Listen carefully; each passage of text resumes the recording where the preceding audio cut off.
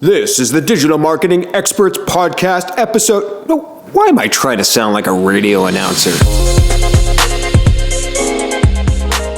Sarah, it's great to have you on episode 131 of Experts in the Wire. I think as SEOs, we spend like way too much time obsessing over the Google algorithm, most recently the API leaks, and not enough time trying to understand and really empathize with actual searchers, the people that we're creating content for and optimizing sites for.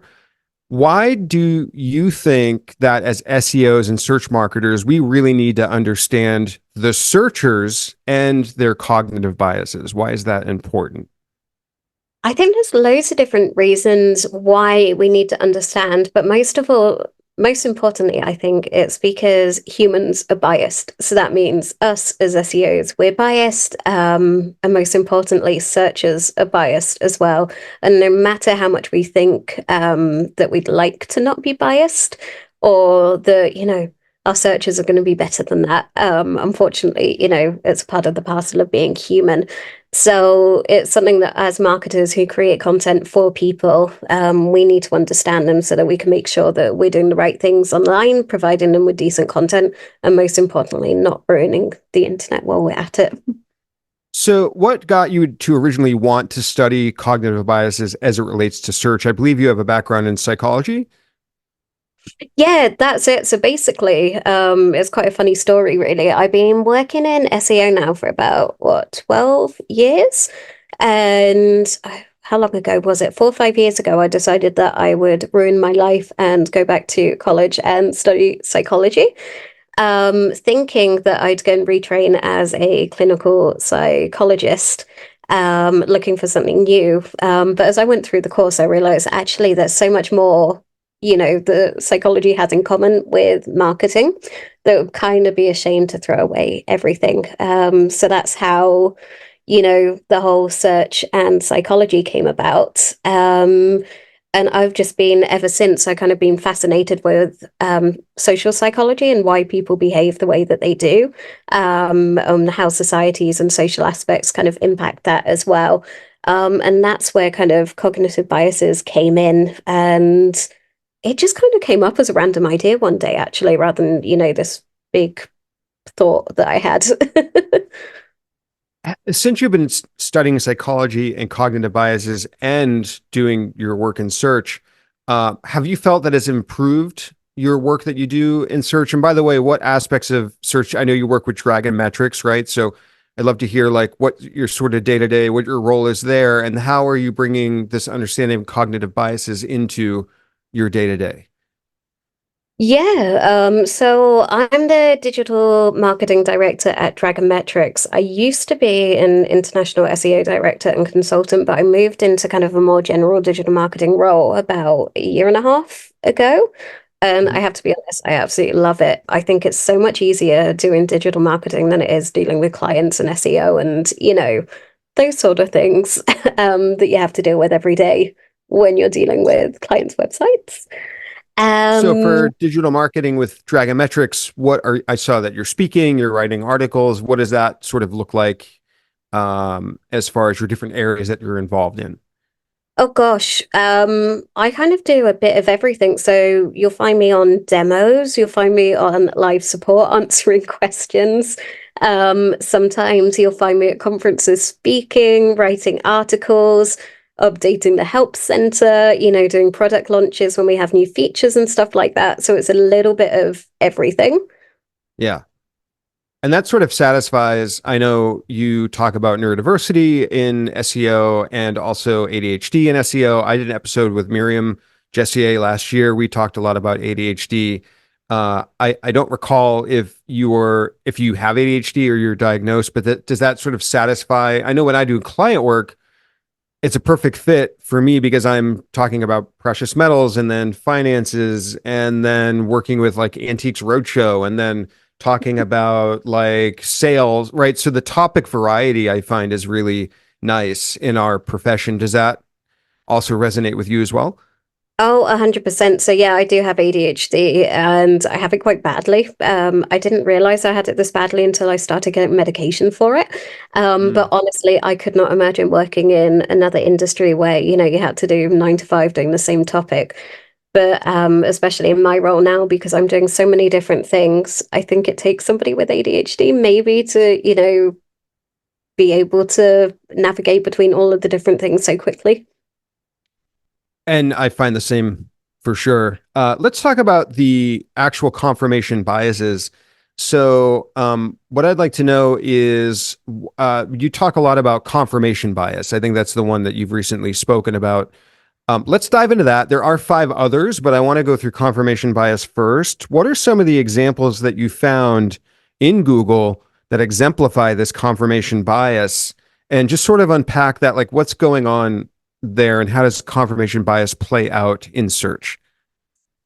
Yeah, it's kind of pretty messed up actually when you think about it. And the more that you dive into this, the more you realize that Google has a massive problem that they kind of need to sort out. But I'd probably start with what confirmation bias is so that if anyone's listening who hasn't listened to the talk, they kind of know what we're talking about. So, confirmation bias is the fact as humans, we have the tendency to search for, interpret, and remember information that confirms our existing beliefs. So you can kind of explain it as like cat people versus dog people, that you have these different groups and you want information. Well, when you search for information, basically, you want the information to relate to the fact that you're a cat person or to relate to the fact that you're a dog person, because we have our beliefs. And the facts and evidence that maybe go against our beliefs are something that we want to ignore. We'll believe our beliefs and a tiny bit of the evidence, but nothing else, really. And I think you have a few really good examples from your talk, some having to do with ADHD, actually, which we were just talking about. One is if you look for the confirmation that sugar causes ADHD, you will find it, or you can find that it does not cause ADHD. I wanted to dive into that a little bit. What is going on with the Google algorithm there that we can just change? And if you have those search query examples, I'd love to know the exact search queries that triggered Mhm. both sides of that. Do you have those examples on I hand and what are they? I do. So this one I kind of tested out because I thought it would be an interesting example. I genuinely did not think that this would happen because I thought it would be far too extreme. And, nowadays people know that ADHD isn't caused by sugar. But what I did was I typed into the SERP, is ADHD caused by sugar? And in my talk, you'll see a picture of the syrup, but it comes up with a kind of like warning label at the top saying sugar does not cause ADHD. So I was like, okay, this is brilliant. We're making progress here. And then the featured snippet talks about, people who consumed more sugar um, were more likely to have ADHD symptoms than those who didn't. But sugar was Hmm. not the cause of the increased ADHD risk. So when you read it, some people who really, really want to prove that ADHD is caused by sugar may read the first sentence and be like, boom, people who had more sugar were more likely to have ADHD symptoms. So, just to kind of see how it was on the other side, I typed in ADHD not caused by sugar, and it talks here about studies on the connection between sugar and ADHD have found little to no evidence that sugar influences ADHD symptoms. Hmm. And this is where kind of the problem starts because these were actually the same website, the Oh, same wow. actual article. So the And same article, Google pulled a snippet to yep, confirm one way or the other. exactly. So you have one featured snippet from the same article that said people who consumed more sugar were more likely to have ADHD symptoms. Hmm. And then in the other one, studies on the connection between ADHD and found little to no evidence that sugar causes or influences ADHD symptoms. What was So the it's like, query again that triggered that people that consume more sugar are likely to have ADHD? What was the search query again? yeah, it was, is ADHD caused by sugar? So And that you weren't even asking like, is there a relationship? Because the paper makes it sound like maybe there's a correlation. If you yeah, happen to consume more sugar, maybe it's because you have ADHD. There's some correlation there, but it's not like a causation. But Yeah, your search query had the word caused. Is it caused yeah, by? exactly. Um, what do you think is happening with the Google algorithm that makes it that it pulls something to confirm what you ask? Because isn't, after all, Google trying to, organize the world's information and return something that's accurate? And there's so much talk about expertise, authority, trust, and content quality. And right. So what is going sideways with Google's algorithm there, do you think? Honestly, like what came to mind to begin with was the fact that, Google's mission is all about providing people the answers to their question. So in order to satisfy the user, they want to give them the information kind of that they're looking for. So therefore, the algorithm is going to pull out, you know, if ADHD is caused by sugar. They obviously want to know if ADHD is caused by sugar. So therefore, they're giving them the information. However, to me, that is so wrong in so many different ways. Yeah. And I think Google really needs to take a good hard look in the mirror, and be like, by giving people this information, we are not challenging their beliefs. We are not, ideally, it should have been like, to the people searching for ADHD is caused by sugar, they needed to know the scientific evidence and have the featured snippet that talks about, the studies rather than the Mm. other way around. But yeah, Because I think there's a problem where, like, at its core, search engine is looking for matching text, right? yep, They're looking for that topic or related entities on that page, and they're trying to pull it from an authority. Now, this source that it pulled it from was an authoritative medical source, correct? It wasn't just like a random blog or something without medical credentials. So it seems like that's a situation, and maybe this is where AI and large language models trip up too. They don't understand context and nuance, and they don't fact check necessarily in the way a human can sort of have like critical thinking and fact check in that way. So I'm curious how, I'm not a search engineer, but I'm curious, if I was Google, how would I try to solve for that scenario? Because it is interesting. I think of conspiracy theories as well. Like, you can probably go searching for, any conspiracy theory in a way where you're trying to believe in that, is Sasquatch real? Like that type of thing. Like, tell me where Sasquatch lives, right? There's an implication with that search query that Sasquatch is in fact real. And I'm trying to choose non-polarizing, very innocent conspiracy examples. yeah, But I do wonder how Google would solve for that, because there are going to be people out there that are going to intentionally write as if, a conspiracy theory is real or ADHD is caused by sugar. So Google has to sort through somehow what is real or not. yeah. It was quite interesting because I was reading a book over the last couple of weeks, and it was about misinformation in the medical world online. And one of the statistics really stood out to me is that a study has shown that over 60% of medical content online is factually inaccurate, yet Wow.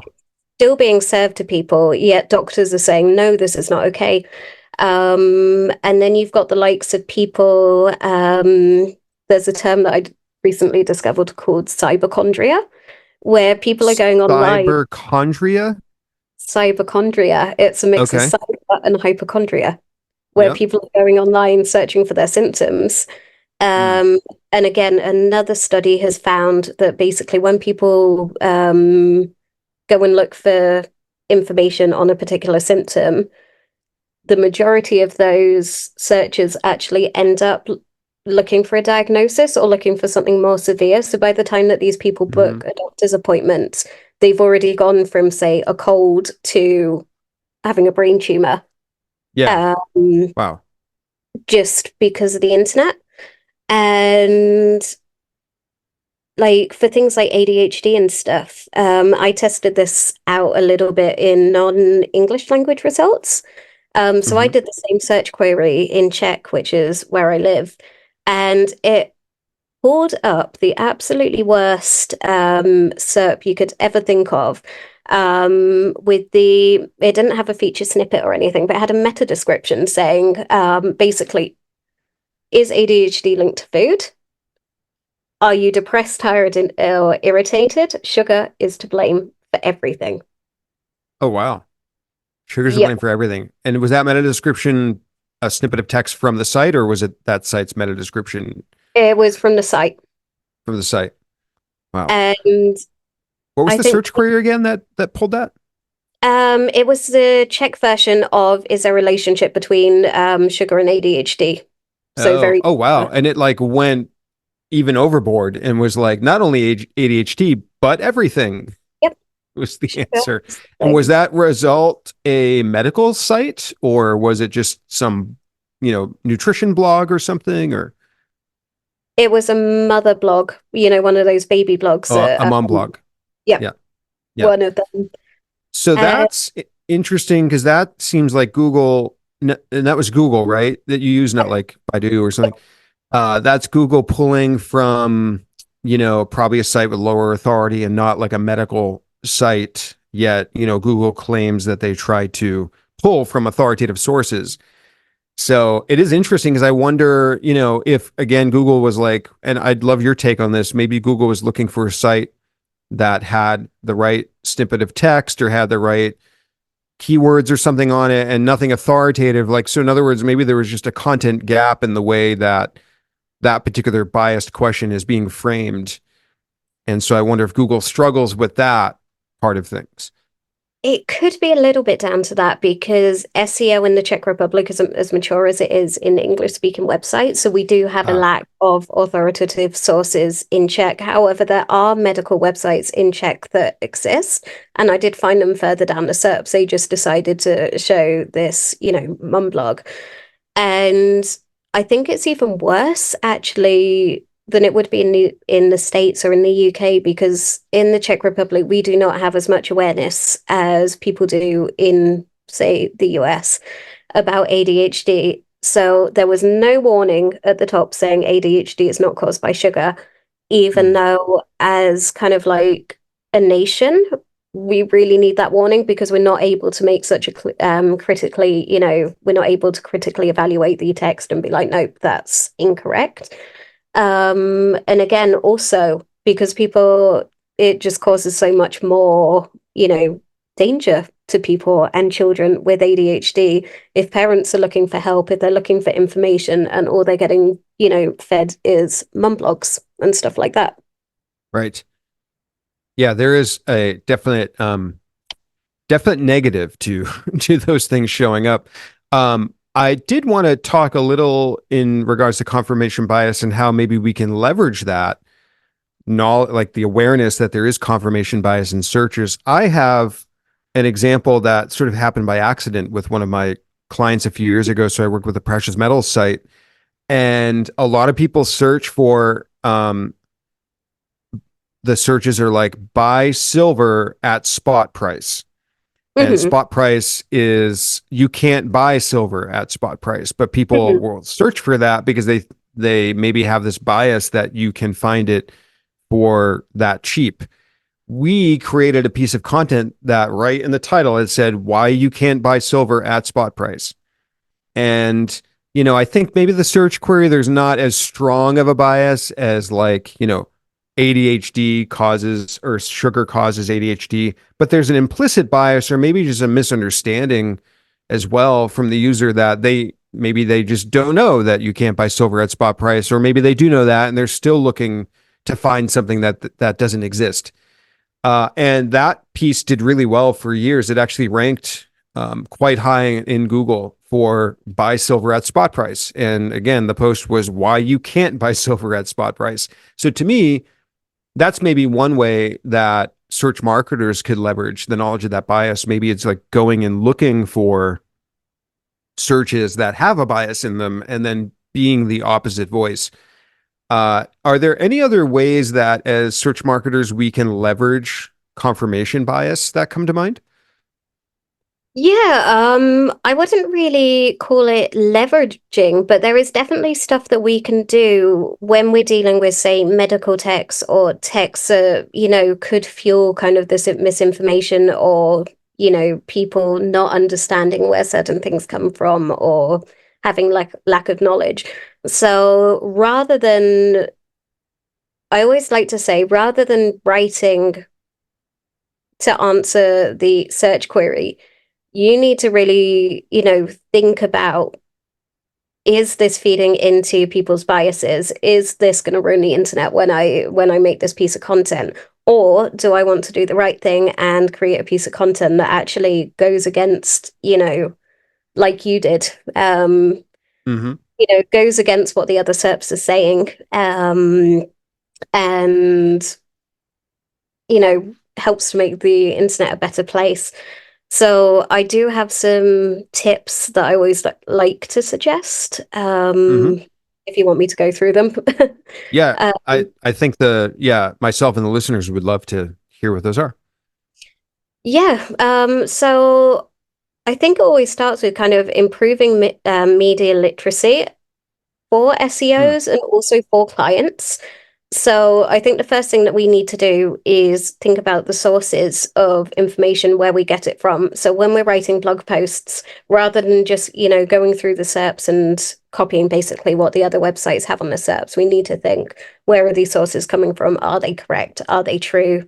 And doing a bit of critical thinking, being aware of biases, fact check, understand engine algorithms, but not from the place kind of we understand it as SEOs, but from, the kind of examples that we've talked today that, search engines cannot be trusted 100%. Hmm. Internet is funded by advertising. Money is what matters. Sensational content sells. And no matter how much we think that, not just Google, but the internet is going to help do the right thing, it's probably not. So Yeah. we need to be aware of that. We need to think critically about keywords as well, because there are some certain phrases that kind of can help us identify, is this going to be kind of one of these sort of queries that people search when they're looking for misinformation or, conspiracy theories, something like that. So do we write about it literally like it is, or do we phrase it correctly? And I think as A well, lot of it sounds like being a journalist. I work with journalists and I know that it's such core to how they create content to fact check, to back up things, to know their sources. Um, and I love all of this because I do think people should create content that I always think about. If my grandparents are long gone, but I used to think, like, if my grandmother were to search for this, would I want her, right? Would I feel good about her seeing something? Or, like, if my wife were to search, like, I always try to think about content from that perspective. If my loved ones would find my content or my clients' content, that's all great. I think for a lot of SEOs and marketers, they believe in doing good things, but they also want results. So, how will this help improve maybe their rankings or their traffic or even the quality of their traffic? Um, how can they think of it from that perspective? How does this get them to actually get better results and create better content that way? yeah, I think there's a couple of ways that you can look at it. Either, like, in a way, I think as SEOs, sometimes we chase the results a little bit too much. And sometimes we need to take a step back and educate our clients and be like, no, this is not going to work. This is not a good idea. But one way I like to phrase it to, or I used to phrase it to clients and things, is if you went out with a piece of content as you want it to go out, what would happen if someone saw it and you got sued for, like, misinformation, or you had a backlash? It's much better, maybe, toning back or sorting out your expectations a little bit so that you don't get into trouble. Um, at the right time, at the same time as well, if you get noticed for doing the right thing, if you get noticed for being genuine, it does pay off, maybe not quite as quickly. Mm. Um, but it will get there, because I've seen a couple of my ex-clients, for example, mass producing AI content, completely irrelevant stuff to their websites, Actually, it's not been very good quality stuff, and I've seen them mocked on the internet quite a lot because of it. So, it's not worth risking, really. Oh, wow. Yeah, it can really backfire and create a negative reputation. So you also mentioned in another interview that you were going to listen to about finding keywords to not target, right? So understanding when there's a bias in a search and maybe knowing that that traffic is not going to be valuable. How would you think about identifying when it's not worth targeting or showing up for something? I think the easiest way to do it, like you can get lists of words that, for example, certain, say, conspiracy theorists use, because I don't know if, like you, when you go online, when you go on Twitter, when you go on LinkedIn, you can tell by the sort of language that they use that, okay, maybe they've dived a little bit deep Yeah. into a certain topic. But I think just critical thinking about it, and instead of, pulling out loads of lists and automatically targeting them because AI told you to, just spend a couple of minutes to read through and be like, okay, if is ADHD caused by sugar pops up, maybe it's not going to be the best one to target because it's not going to give you a decent audience. Right. Yeah, you have to understand. That's where I got to at the very intro of this episode was talking about thinking about and understanding the audience that Yep. is searching. I think as SEOs, we all just see search volume and it's like a number in a spreadsheet. But I do try to think of like, let's put a name and a face or a persona, or at least, or, something that's human to who is searching for something. And I think that's a really good tip as well. To think that way. I wanted to go through some of the other biases. So you have another really great blog post on your site. I'll put all the links in the show notes, but you also talk about authority bias. So I'm curious what that is, and then how we can maybe think about. I think you have some really good tips on how to maybe tap into the awareness of these biases when doing content. So I'd love to hear about that as well. Yeah, so when it comes to kind of information bias, or sorry, authority bias, it basically just means that if you trust the person, if you see them as an authority figure, you are basically going to believe their opinion a lot more. So say somebody is a doctor, say they've got these weird, wacky ideas that maybe aren't quite the best, ideas that they should probably be talking about. Because they're doctors, people are going to believe them. I used an example that because I put that, I studied psychology in the beginning of one of my talks, you should believe me because Mhm. it means I'm not just getting, the psychology stuff off the internet, Yeah. um, or whatever.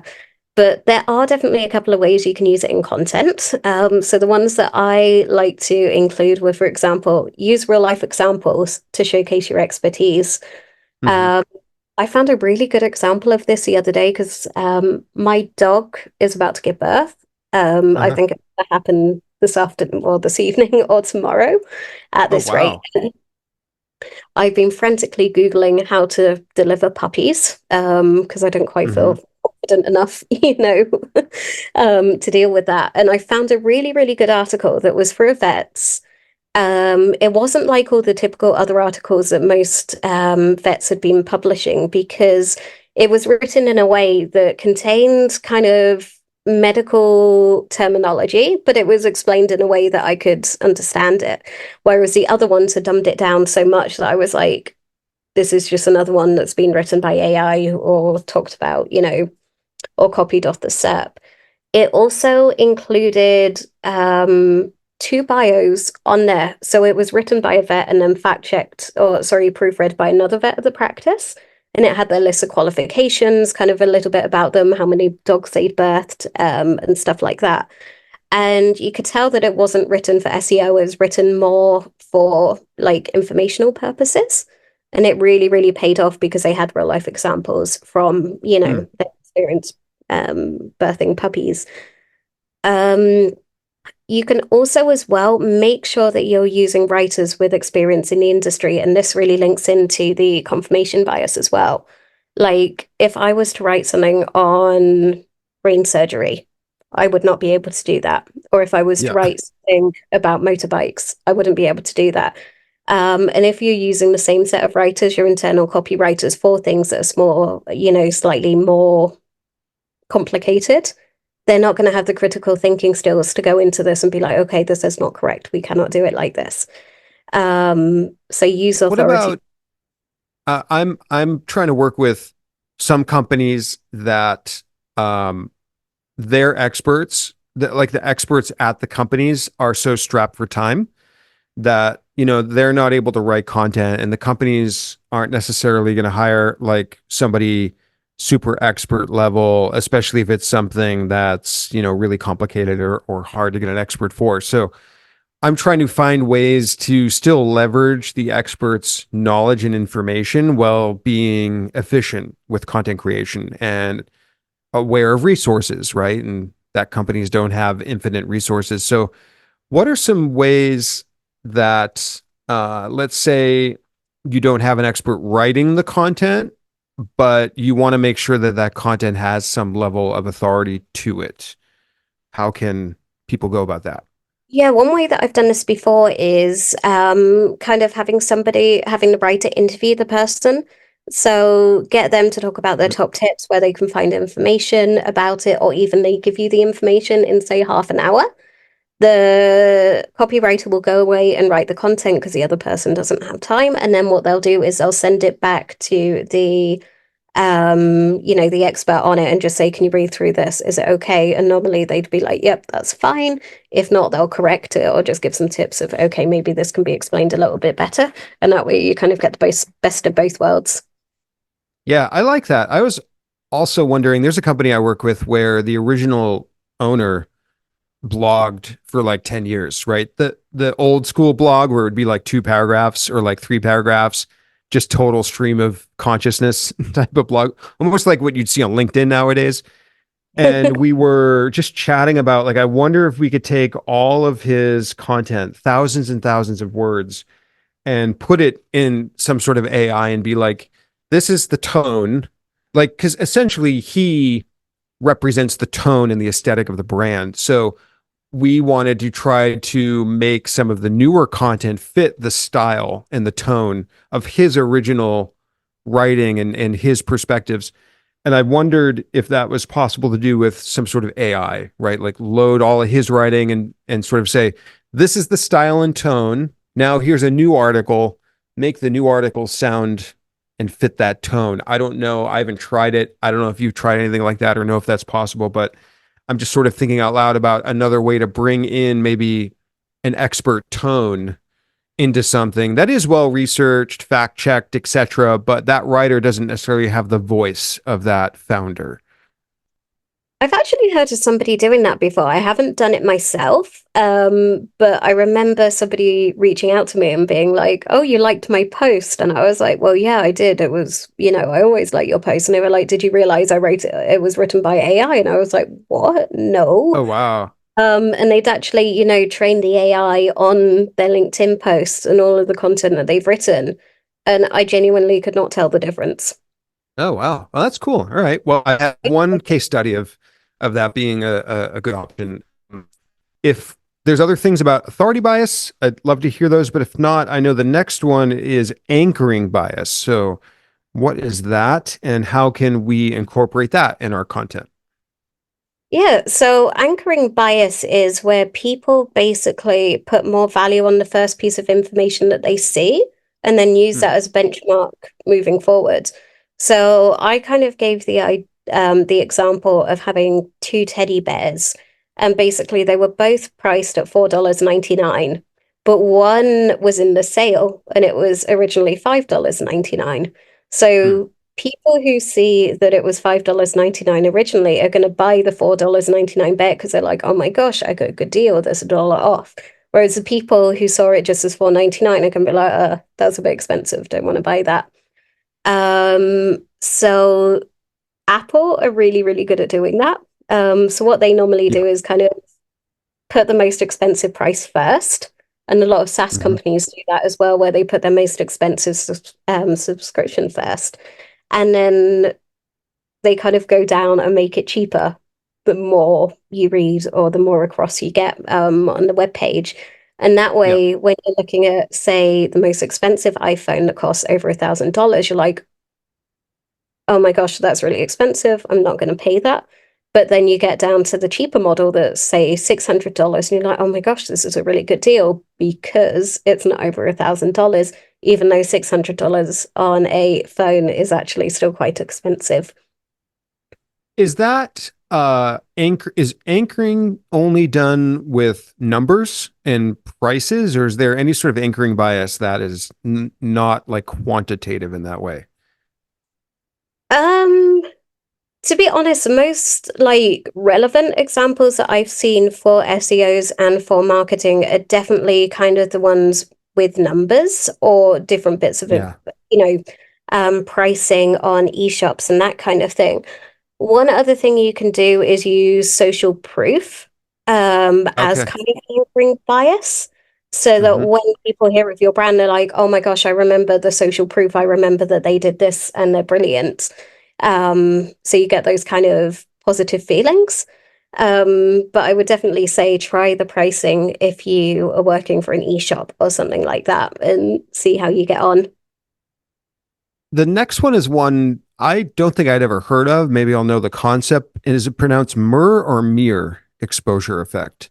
I always call it Mia, MER. but Okay, so it's I could MER be wrong. exposure effect. Yeah. I've never heard that term. So what is that? And then how can we use that in content?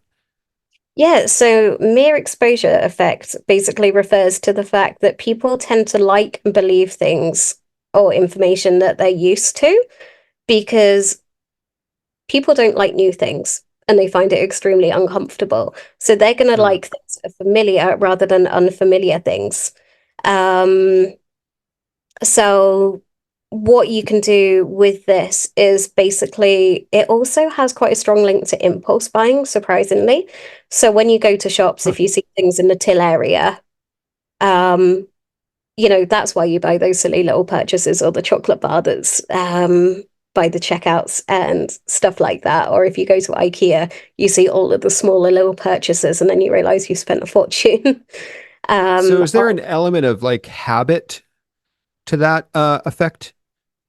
yeah, it's kind of the like I see, so I need to buy sort of thing. Hmm. And oh, I remember that I like this. Oh, I remember that I need this. Is This that sort of kind of like when you go to check out at Amazon, right? They've got that one last product you can just easily add, and that's sort of what they're tapping into. exactly, exactly. So Okay. if you're working for an e-shop, suggest similar products when people add, an item to their basket. And also if Yeah. you're writing blog content for, B2C products or even B2B products, mention and link to similar products that you're writing about. Yeah. And because this is also talking about, things that you know are things that you like, this is where advertising comes into play. So SEO may not be the best for, brand awareness unless you're doing a specific brand awareness campaign. But if you are doing advertising, if you are getting your name out there, this is good. Yeah, that's interesting. Yeah, I thought I knew all the biases, but I apparently did not. I've learned a new one. And then you have a couple more. So the framing effect, Mhm. I feel like I have heard about, but what is that and how should we incorporate that into content or sites? Yeah, to put this one simply, is basically the way that you phrase things and the way that you frame things, like makes a massive difference. So the example that I used with this one is you have two yogurts. One's 20% fat, one's 80% fat free, and people are going to go for the fat free version because it makes, Uh, it sounds a lot more positive. yeah. And again, Apple, another really good example is with the iPod. They had 1,000 songs in your pocket. So when you're using framing offense, spend that bit of extra time creating, smart copy like Apple did with the iPod. Always sell the benefits of your service and product. So rather than making it be me, me, me, you need to, spell out how it's going to make people's lives easier, what the benefits are, why you should use it. And also make sure that you invest in good design because, first impressions count. And if you've got a horrible website that's not optimized for mobile or something, this is where you're going to have issues. The framing effect one to me really feels like it applies to titles, to headers, to copywriting. So I think it's a very applicable one for people doing content marketing or search marketing. I had a recent example. So I work with GBH, their Boston's NPR channel, and they did a video recently. It was a great sort of full documentary about somebody that got out of prison, and then they were following him in his life on parole. Um, I'm not normally tasked with coming up with titles for them, but I work a lot with their YouTube department, and they wanted me to help with sort of the packaging of this video. So I gave them a thumbnail idea, which I think is good, and then I gave them a title idea, and that original title, I think it just was Parole: an inside look. Mhm. And I have a lot of reasoning behind why I did that title, but we posted it on YouTube about 6 days ago, and it kind of didn't go anywhere. It didn't get picked up by the algorithm. It got some external views, but maybe only like 1,000 or 2,000 views. On Friday or Saturday, somebody went and changed the title to Life After Prison, jailed at 16, a Boston man returns home. And I didn't do a detailed title like that because the very first 5 seconds in the video, you get all of that information. So in my mind, I'm like, well, the title is just going to be redundant to what they're going to get in the first few seconds of the video. But I think what was missed there was people needed that, like you said, framing to want to click to get them into the video. And then if they get a little bit of redundant information, not a big deal. And so that to me is a probably a very good recent example of that framing, right? Because you understand now this man's from Boston, that you get the age that he was imprisoned, right? You get a lot more information. So it sort of frames the story better for you to get you to click. Would you say did I pick a decent example of framing? Definitely. And I think that kind of links into the next bias I had in my talks, which is availability bias. And it kind of leads into, when people make decisions, they often remember, extreme things, negative things. So even though, the video wasn't negative, prisons have that kind of air of mystery about them. So people Right. kind of see, oh, getting jailed at 16, what's he done? That whole, I wouldn't say negative side of things, but you kind of see what I mean. And they Yeah. also kind of tend to, go to extreme examples. So again, oh, teenage jail, that's an extreme example of somebody going to jail and coming hmm out. hmm Um, so with both of those things, I think it kind of really hit the nail on the head and sounds really interesting, actually. Yeah, and I forgot to mention the whole punchline to that too is when they changed the title, the YouTube algorithm picked up the video and boosted it to the homepage, and it went from 1,000 views. It's now to 15,000. Oh, Um, wow. yeah, and most of that only was in the last few days. So just the title alone, what I believe YouTube and Google does, some of this came to light with the antitrust trial and the API leaks, but I believe Google analyzes titles to anticipate what their click-through rate is going to be. So it's not so much they're using clicks as like a result metric, but they're using it as an anticipatory metric. So we saw that firsthand by changing the title on YouTube. Like nothing else was changed. It's the same video, same thumbnail, but the algorithm seems to maybe have liked that title and then anticipated that title getting a better click through. So I think that definitely plays into framing, as well as possibly availability. So I love the biases. I was curious to, in your work involving search and psychology, etc., have you ever come across anything about like the nervous system and how that might affect people's state when they're searching? I've recently learned a lot about the nervous system, so I'm very aware of that. And I know that social media, for example, taps into the nervous system like 100%. That's what it's almost entirely about, right? It's there to keep you scrolling and keep you sort of frozen and stuck on it. I find search to be at least a little bit more participatory, right? Where I'm not just aimlessly scrolling, but I'm just curious at this point, because I've been fascinated about the nervous system.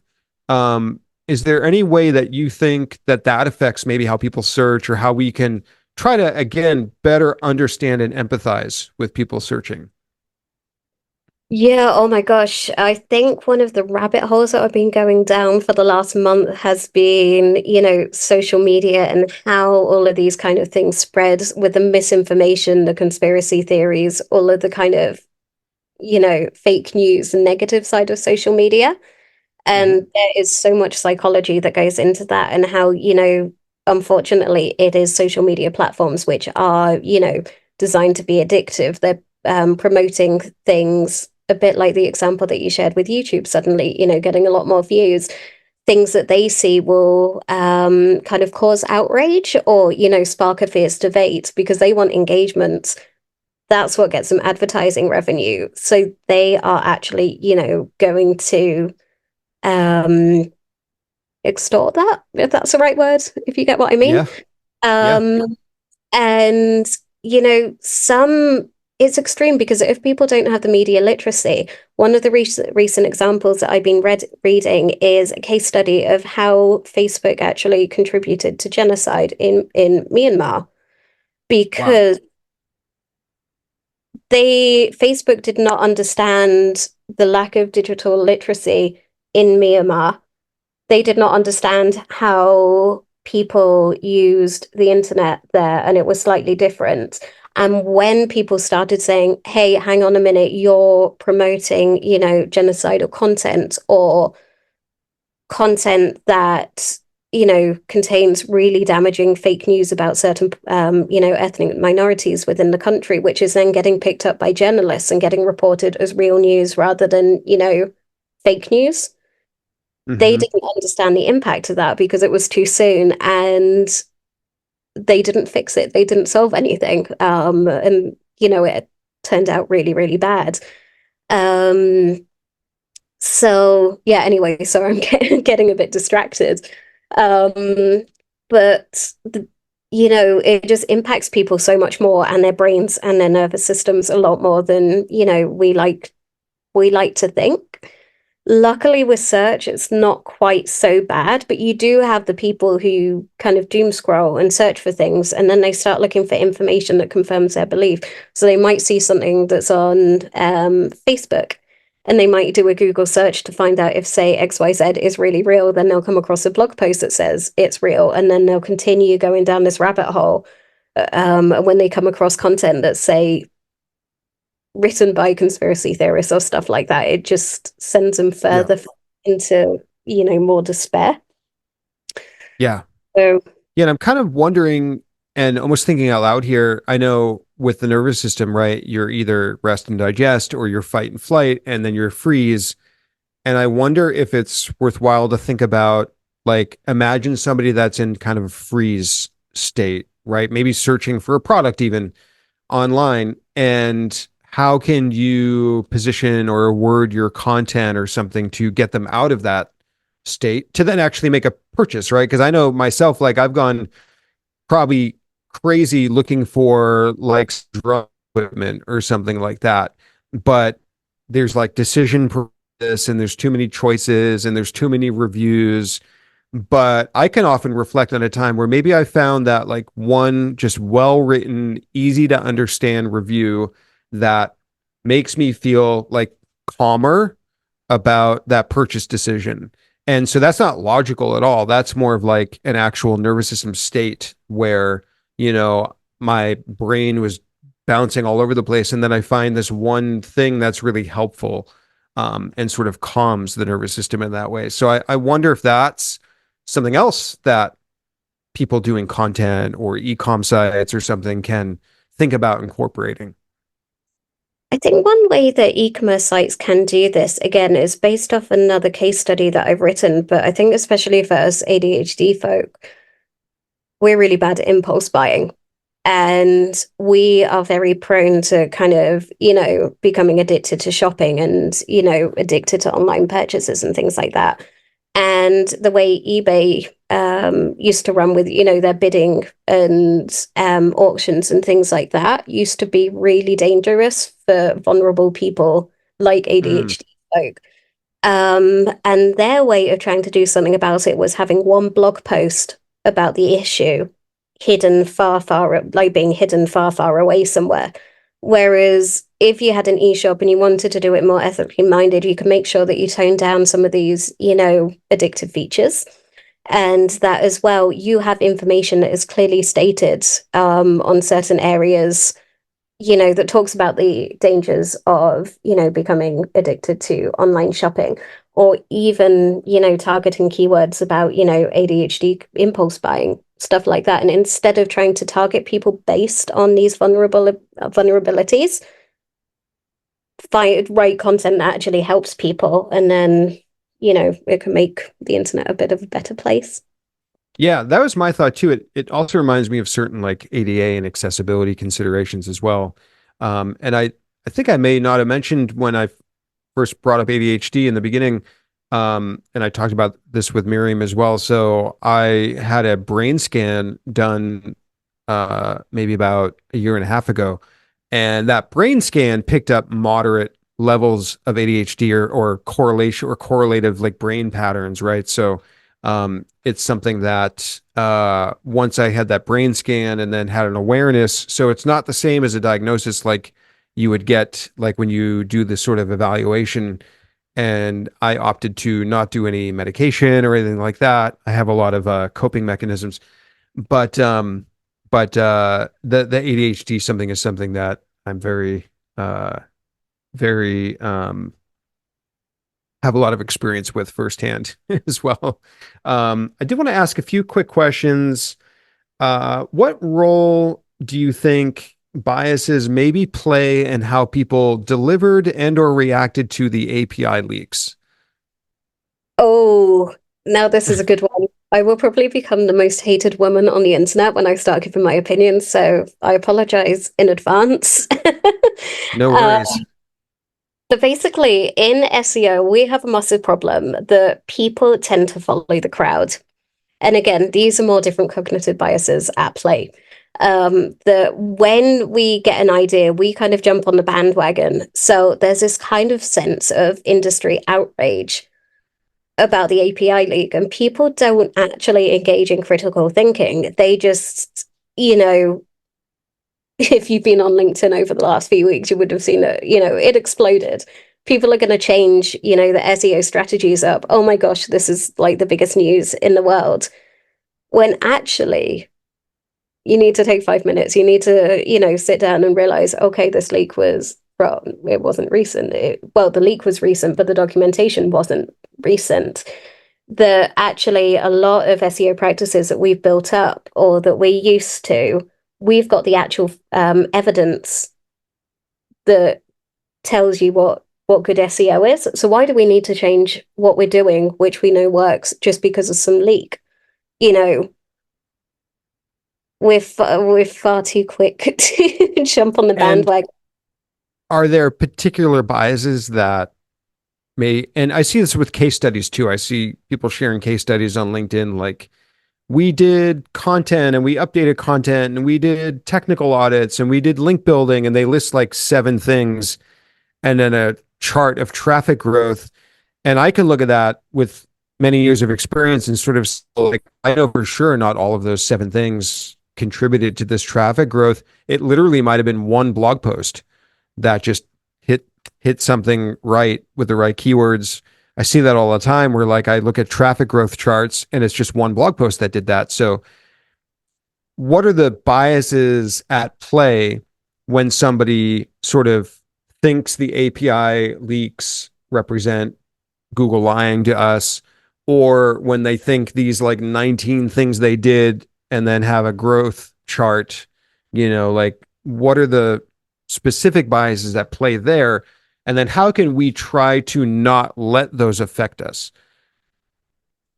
That's a good question, and I think this could be a topic into itself. But with the API leak, we're looking at groupthink. So groupthink is where you have multiple, just imagine you have multiple people in the room and everybody has their own ideas, but instead of speaking up with their own opinions, they take the opinions of the group because they don't want to be different and they don't want to stand out. So that's why you have many people saying the same things, getting the same amount of outrage because, they don't want to be the odd one out. You also have as well. The bandwagon effect, where people adopt certain behaviors or styles just because other people are doing so. So you got people just becoming outraged at Google for being immoral just because other people are doing it and they feel like they should be doing it. And when it comes to these kind of, it makes me laugh because I saw a perfect example of this, the overconfidence effect today, where somebody had made a LinkedIn carousel and they were like, I upped the rankings by over 1,000.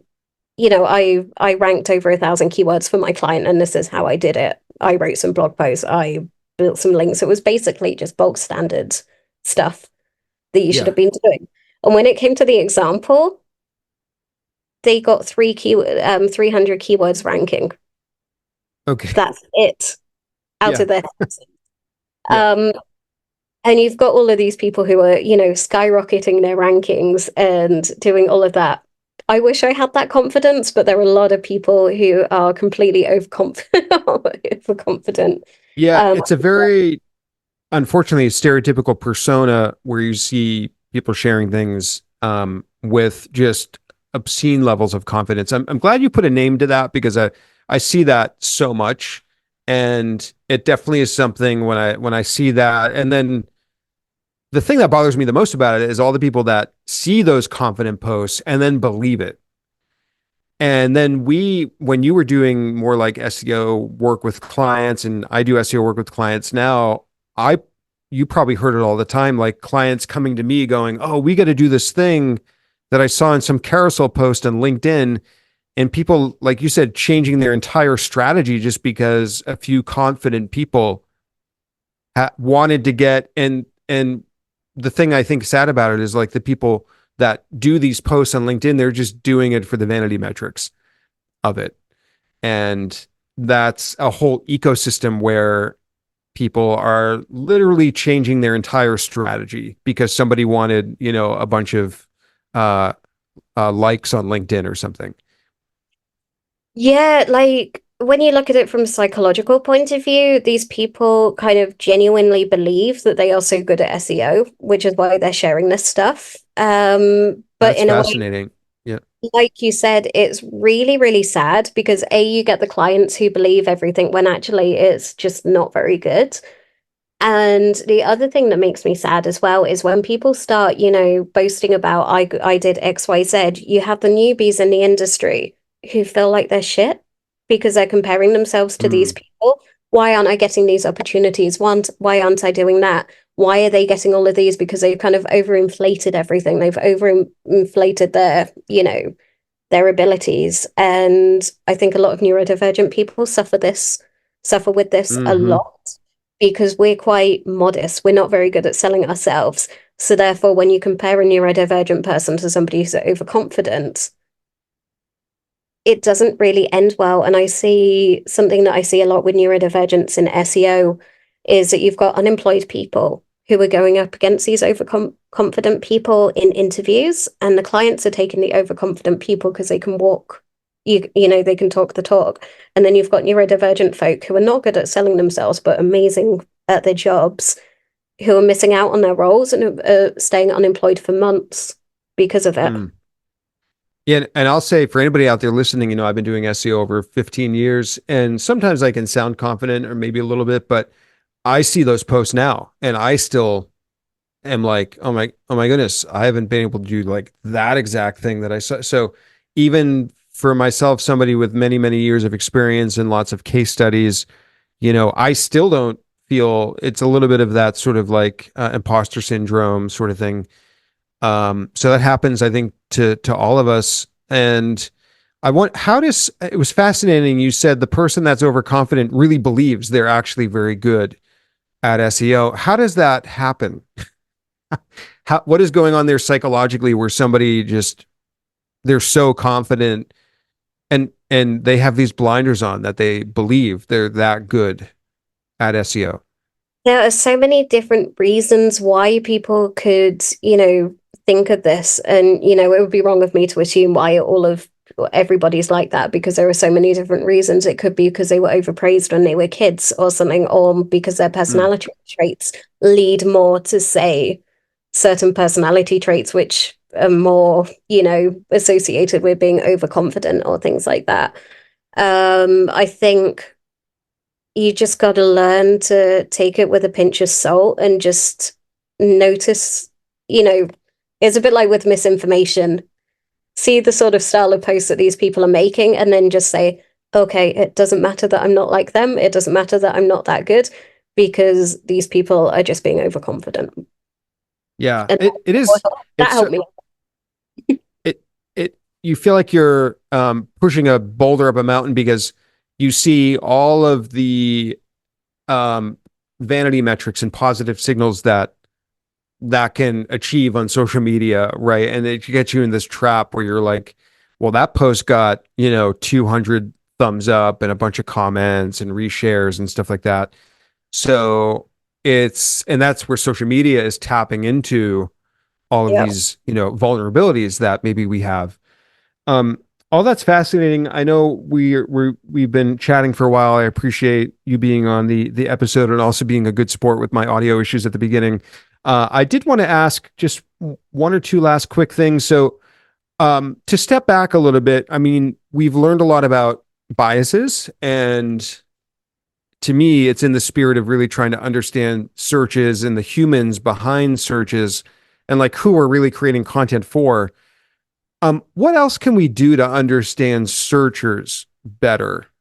Are there other ways that we can, as SEOs, really try to understand and empathize with the people actually searching in search engines?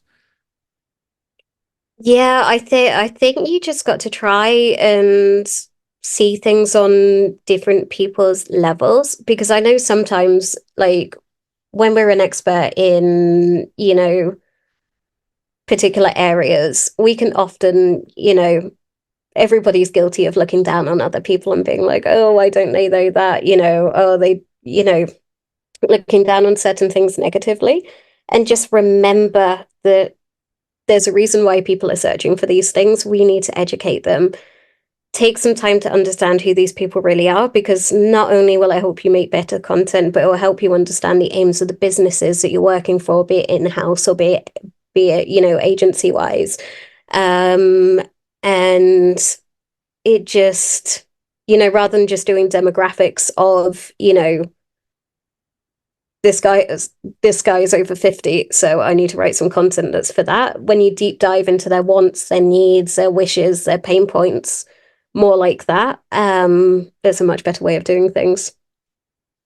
I always have an anecdotal story that upset a few people on Twitter, but one time I was on an airplane and the woman next to me was like had her laptop wide open. I mean, it was right there.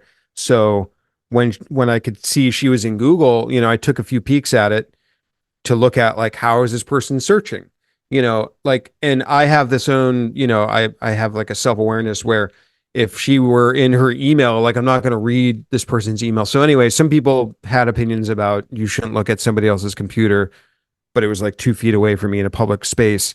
So anyways, I always felt as if just seeing that for a few moments gave me this like look into the window of through the eyes of how somebody else might be searching, because I don't think it's as neat as we always think it is. We think somebody like sits down in a quiet space, totally focused, they're carefully typing their search query and like choosing a result and then purchasing.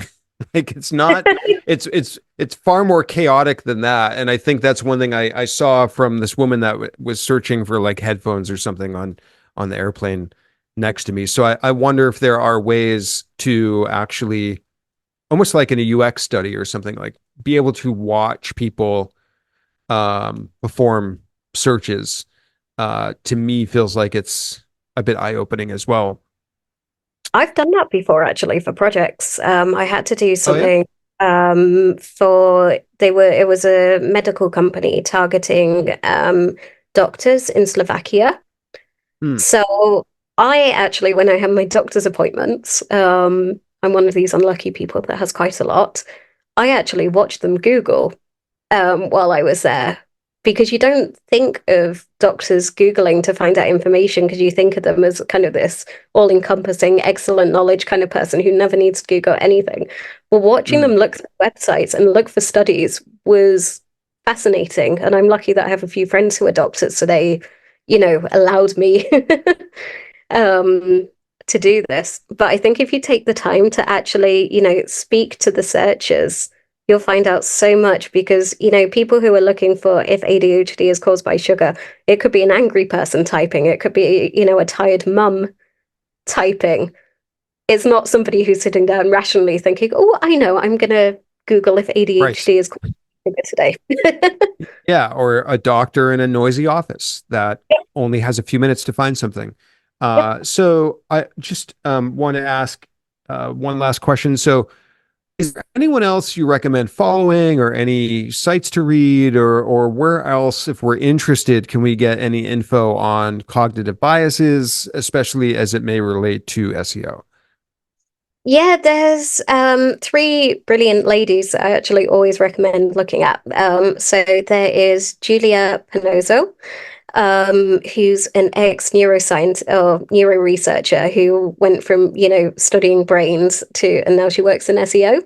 And that was Julia, that's Giulia Panozzo. Yes. Okay, Panozzo. I'll put it in the show notes as well. Great.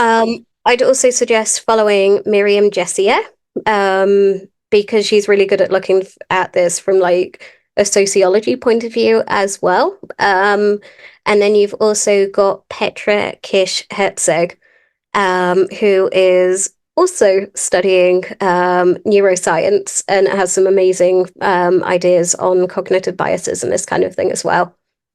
That's great. And as I mentioned, Miriam was on the podcast last year. You can look for that episode. And Petra is Petra, and then it's capital KIS hyphen HERCZEGH. I almost couldn't get that one out. And we'll put it in the show notes as well. That's great. I definitely know. I saw you link to some of their posts and studies they've done about cognitive biases in SEO. I'm definitely going to be checking those out. And then for yourself, if anybody wants to see you speak or, participate in anything in the SEO world, are you going to be speaking anywhere? Or if not, where else can people find you online? Yeah, so I finally made myself a website, so you can go to sarahpresh.com, and I'm going to be blogging a lot more and have lots of plans for talking more about the social media side of things that I've been talking about in this podcast. So hopefully you'll enjoy those when they come out. And LinkedIn. Great. And I'll put that in the show notes as well. I saw you did Brighton, I believe, but no other speaking engagements? It was April. Oh my gosh, time is going so quickly. But yeah, that was amazing. And I've got another conference coming up in next week in Croatia as well. Oh, great. All right. Well, people can follow you on LinkedIn, and I'll share your site, and that way they can keep in touch and catch you if you are out there speaking anywhere. So Sarah, it's been great having you on episode 131 of Experts on the Wire, and we will talk to you next time. Thank you so much.